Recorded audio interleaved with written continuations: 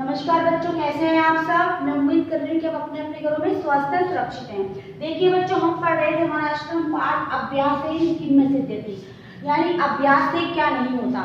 आपको बताया थी मैंने कल की quotation practice makes a man perfect. हम जिस चीज़ का अभ्यास करते हैं उसमें परफेक्शन अपने आप आती है। तो जब हम जो आपने स्टोरी पढ़ी थी वरदराज की, उसमें भी आपने सीखा कि वरदराज पहले मंदबुद्धि बच्चा था और किस प्रकार उसने घड़े के निशान को देखकर ये दिमाग में आया उसके कि जब एक नॉर्मल घड़ा, मिट्टी का घड़ा भी पत्थर पर निशान बना सकता है, तो क्या मैं लगातार प्रयास करके पढ़ नहीं सकता? क्या मेरी बुद्धि तेज नहीं हो सकती है? और इस कहानी से आपको ये सीखने को भी मिला कि आप यदि किसी भी चीज़ में वीक हैं, तो यदि आप उसकी प्रैक्टिस करेंगे तो आप उसमें क्या हो जाएंगे? परफेक्ट। तो देखिए इसके क्वेश्चन आंसर्स की बारी आती है। क्वेश्चन आंसर में देखिए पहला जो क्वेश्चन है वो है सेकंड क्वेश्चन, के विद्या अध्ययन कुर्वन्ति। इसमें के अर्थात कौन विद्या अध्ययन करता था। देखिए इसमें जो है वो मैंने आपको पहले भी बताया था कि जब हम लट लकार के रूप करते हैं, किसके रूप करते हैं? लट लकार के रूप। तो कई बार क्या होता है कि हमें लट लकार के रूप बनाने पड़ते हैं। लल लकार और लट लकार, ये दोनों लकार मैं आपको पढ़ा चुकी हूँ। इसका मतलब होता है वर्तमान काल, इसका मतलब होता है भूतकाल। जब आपको कोई सेंटेंस भूतकाल में बनाना हो तब आपको लल लकार के प्रत्यय लगाने होते हैं, लेकिन जब वही सेंटेंस आपको वर्तमान काल में बनाना हो तब आप लट लकार के प्रत्यय लगाते हैं। जैसे राम खाना खाता है तो लट लकार के प्रत्यय लगेंगे, राम खाना खाता था तो लल लकार के प्रत्यय लगेंगे। तो जब आपको कंडीशन आपके साथ लल लकार के प्रत्यय लगाने की हो और आपको लल लकार के प्रत्यय याद नहीं आ रहे हो या आपको धातु रूप नहीं पता है लल लकार का कैसे बनाना है, तब क्या कंडीशन है? तब हम क्या करते हैं? तब बच्चों हम जो लट लकार का रूप होता है उसके साथ ये स्म लगा देते हैं। इस स्म लगाने के साथ ही लट लकार के रूप में स्म लगाने के साथ ही वो रूप बन जाता है आपका लल लकार का। तो यहाँ पर इसका अर्थ क्या हुआ? कौन विद्या अध्ययन करते थे। समझ में आ गई बात? यदि लट लकार का रूप याद नहीं है तो आप लट लकार के रूप स्म लगा देंगे तो वो धातु रूप किसका बन जाएगा? लट लकार का। यानी वर्तमान काल से वो किसमें चेंज हो जाएगा? भूतकाल में। समझ आ गया? तो कौन विद्या अध्ययन करते थे? बालका या शिष्या? शिष्या। कौन करते थे? शिष्य विद्या अध्ययन करते थे। अगला देखिए, केन वंचित वरदराज अचिंत्यत। केन यानी किससे? देखिए विभक्ति एक वचन है, किन धातु को रूप करवाए थे, किन के सब रूप करवाए हमने? किससे वंचित, किससे खोया हुआ। क्या खो दिया था उसने? वरदराज ने अचिंत्यत सोचने लगा। वरदराज के पास ऐसा क्या था जिसको खोकर वो दुखी हुआ या सोचने लगा? तो देखिए वरदराज के पास बुद्धि तो थी नहीं, क्योंकि वो मंदबुद्धि बच्चा था, धन उसके पास था नहीं।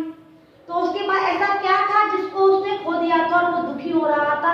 तो याद कीजिए चैप्टर आपने पढ़ा है, चैप्टर में साफ साफ लिखा हुआ है कि जब वरदराज के गुरु ने वरदराज से कहा कि मैंने सभी प्रकार के जो तरीके हैं वो तुम पर इस्तेमाल करके देख लिए हैं, लेकिन तुम्हें कभी भी कुछ याद नहीं रहता, तो इससे बेहतर तुम यहाँ अपना समय जो व्यर्थ गवा रहे हो कोई और दूसरा काम ही कर लो।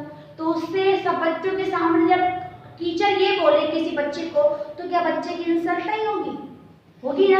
यदि आपको भी कोई बोलेगा ये कि तुम यहाँ पर अपना टाइम क्यों वेस्ट कर रहे हो, अपने घर जाके बैठे हो कोई दूसरा काम करो, तो इंसल्टेड फील होगा ना। तो वही इंसल्टेड फील किसको हुआ था? वरदराज को। किसको हुआ था? वरदराज को। तो ज्ञान से वंचित नहीं था वो, किससे वंचित हुआ था बच्चों? आत्मसम्मान से। किससे वंचित हुआ था?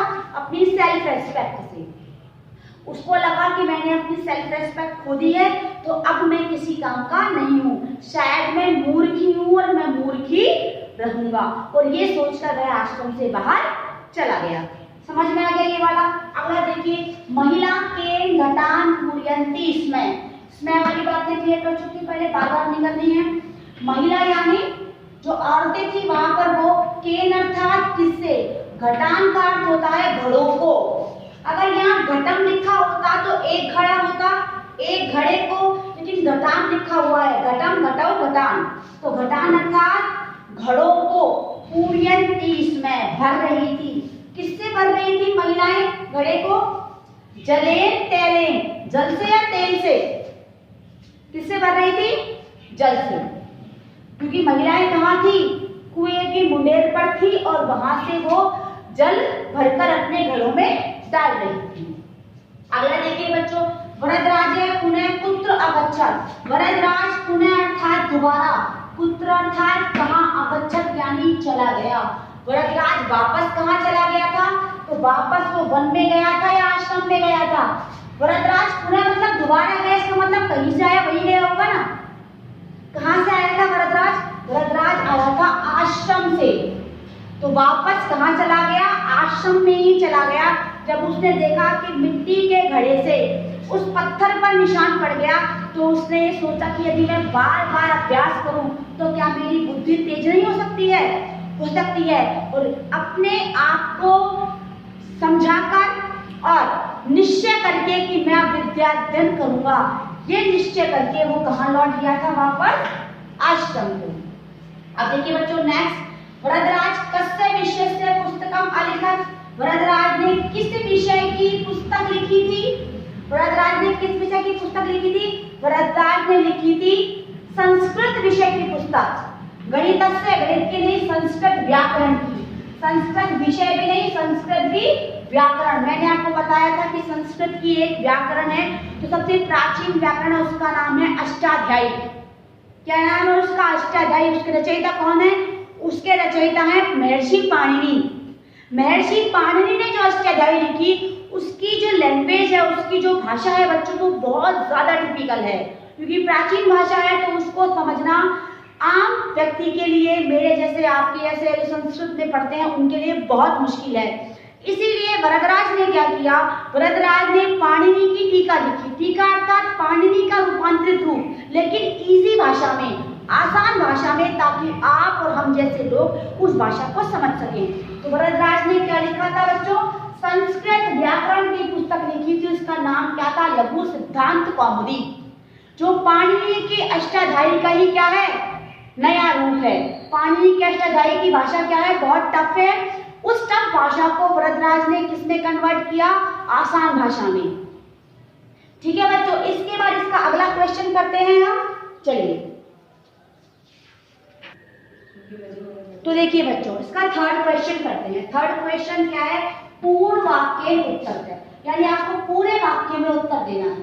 पहले जो हमने क्वेश्चन किया था उसमें हमने टिक किया था, उसका रीजन ये था कि कई बार हम एक पद उत्तर से भी संस्कृत में क्वेश्चन बनता है।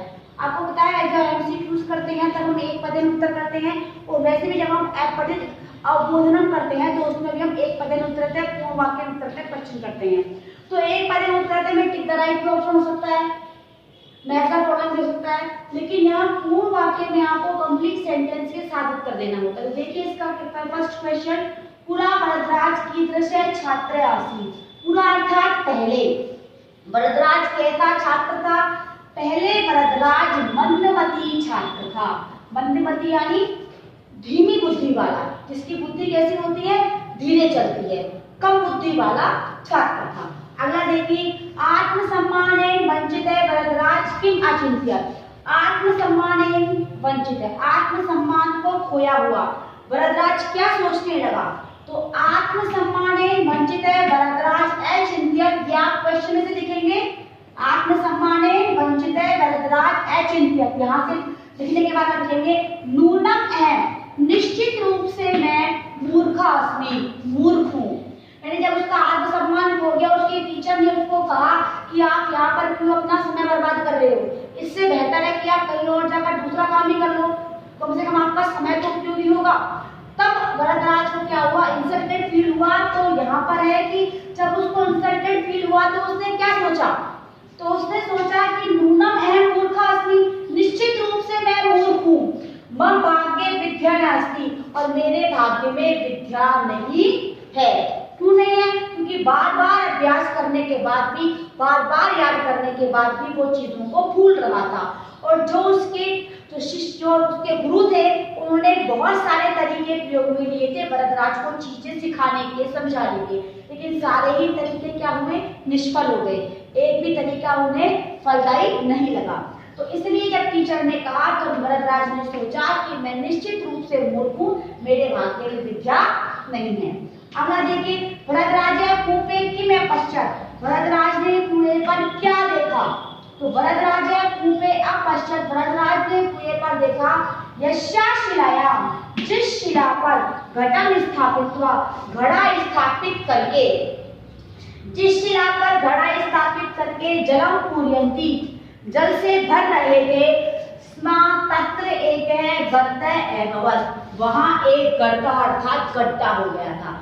वरदराज ने कुएं पर देखा कि जिस पत्थर पर मिट्टी का घड़ा रखकर वो पानी भर रहे थे उस घड़े में, उस स्थान पर मिट्टी के घड़े को बार बार रखने से पत्थर पर क्या हो गया था? एक गड्ढा बन गया था।